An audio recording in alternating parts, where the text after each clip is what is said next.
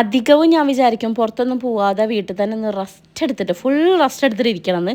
പക്ഷെ അധിക ദിവസവും എവിടെയെങ്കിലും എന്തെങ്കിലും ആവശ്യത്തിന് പോകാണ്ടാവും കേട്ടോ. അപ്പം ഞാൻ പോണേൻ്റെ ചുരുക്കിലിരിക്കുകയാണ് രണ്ടാളും അവിടെ. ഇന്നിപ്പോൾ പോണത് കുറച്ച് ചുറ്റലുകളുണ്ട്. KSFയിൽ പോകണം, ബാങ്കിൽ പോകാനുണ്ട്, അങ്ങനെ കുറച്ച് പരിപാടികളൊക്കെ ഉണ്ടായിരുന്നു കേട്ടോ. അപ്പോൾ അച്ഛനും ഞാനും കൂടിയാണ് പോണത്. ഈശ്വര, എന്തോരം പടികൾ അവരുണ്ടാക്കി വെച്ചത്. ഇതൊക്കെ കൂടെ കയറി ചെല്ലുമ്പോഴത്തേക്ക് ഞാനൊരു സൈഡാകും. കെട്ടിയോ നാട്ടിലില്ലാത്ത ഭാര്യമാർക്ക് പെട്ടെന്ന് ഇത് റിലേറ്റ് ചെയ്യാൻ പറ്റും. കാരണം നമ്മുടെ റെസ്പോൺസിബിലിറ്റി കുറച്ചുകൂടെ കൂടുതലായിരിക്കും. അത് മക്കളുടെ കാര്യത്തിലാണെങ്കിലും ബാക്കി എന്ത് കാര്യത്തിലാണെങ്കിലും പാർട്ട്ണർ കൂടെ ഉണ്ടാവുമ്പോൾ കുറച്ചുകൂടി ഈസി ആവണ പല കാര്യങ്ങളും അവരില്ലാത്ത ഒരു സാഹചര്യത്തിൽ നമ്മൾ ഒറ്റയ്ക്ക് ചെയ്യേണ്ടതായിട്ട് വരും. പിന്നെ KSFയിൽ നിന്ന് ഇറങ്ങിയപ്പോൾ ഞങ്ങൾ നേരെ കണ്ടത് ഇതാണ് കേട്ടോ, കടുക്ക. നിങ്ങളുടെ നാട്ടിൽ എന്താ പറയുക, ഇവിടെ കല്ലുമ്മക്കായി കടുക്ക എന്നൊക്കെ പറയും. അപ്പോൾ കുറേ ആയി ഇത് കഴിച്ചിട്ട്. അപ്പോൾ അത് കണ്ടപ്പോൾ കഴിക്കാനൊരു പൂതി. അങ്ങനെ ഞങ്ങൾ പോയി വേഗം അത് വാങ്ങിച്ചു. ഇത്തിരിയുള്ള ഈ സാധനത്തിന് 200 രൂപയാണ് കേട്ടോ. നട്ടുച്ച സമയമായതുകൊണ്ട് തന്നെ വെയിലിന് ഒട്ടും കുറവില്ലായിരുന്നു. നല്ല അടിപൊളി വെയിലായിരുന്നു. അതുകൊണ്ട് തന്നെ അടുത്ത കർമ്മം എന്ന് പറയുന്നത് പൊരിക്കാൻ വെക്കലാണ്. ഈ സീറ്റിലേക്ക് കയറിയിരിക്കുമ്പോഴത്തേക്ക് ഇനി എവിടുന്ന ചീതൊരൊച്ചയും കൂടെ കേൾക്കേണ്ടി വരും. അമ്മാതിരി പൊള്ളലായിരിക്കും.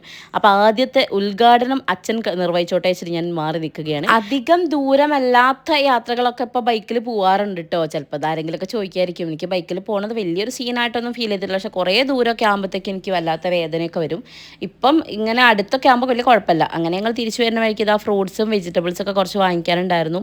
അതും വാങ്ങിച്ച് നേരെ വീട്ടിലേക്ക് പോവാണ്. അപ്പോൾ സൈഡിലൊക്കെ ഈ നോമ്പ് തുറയാണല്ലോ, അപ്പോൾ ആ സമയത്ത് സ്നാക്സ് ഉണ്ടാവുമല്ലോ. അപ്പോൾ ഞാൻ പറഞ്ഞു നമുക്ക് സ്നാക്സ് വാങ്ങിക്കാനും നേരെ പപ്പായയിലേക്ക് വിട്ട് സ്നാക്സൊക്കെ വാങ്ങിച്ച് തിരിച്ചു വരുമ്പോഴത്തേക്ക് അമ്മ പാൽ അവിടെ കൊടുക്കുന്നുണ്ട്.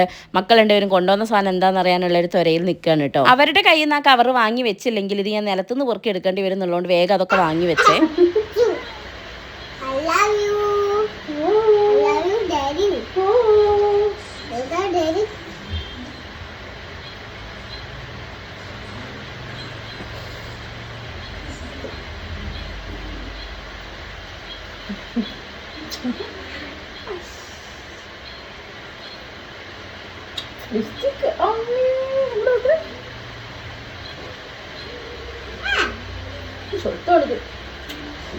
ഞങ്ങൾ വീട്ടിൽ കയറാൻ കാത്തിക്കാൻ ഒരു ചെറിയൊരു മഴ അങ്ങോട്ട് പെയ്തു. ബാക്കിയുള്ള വണ്ടിയൊക്കെ നനയുണ്ടെങ്കിലും മൂപ്പര് വേഗം ബൈക്ക് ഇങ്ങോട്ട് കയറ്റി വെച്ചിട്ടുണ്ട് കേട്ടോ. അച്ഛൻ്റെ അമ്മേൻ്റെ ഒച്ചയൊന്നും കേൾക്കുന്നില്ലല്ലോ വെച്ച് പോയി നോക്കുമ്പോഴാണ് ആലേൻ്റെ ബാക്കിൽ എന്തോ കാര്യമായിട്ടുള്ള പരിപാടിയിലാണ്. അപ്പോൾ ഓരോ ചായ കുടിക്കാൻ വേണ്ടി ഞാൻ വിളിച്ചിട്ടുണ്ട്. ഞാൻ വേഗം ചായയൊക്കെ വെച്ചു.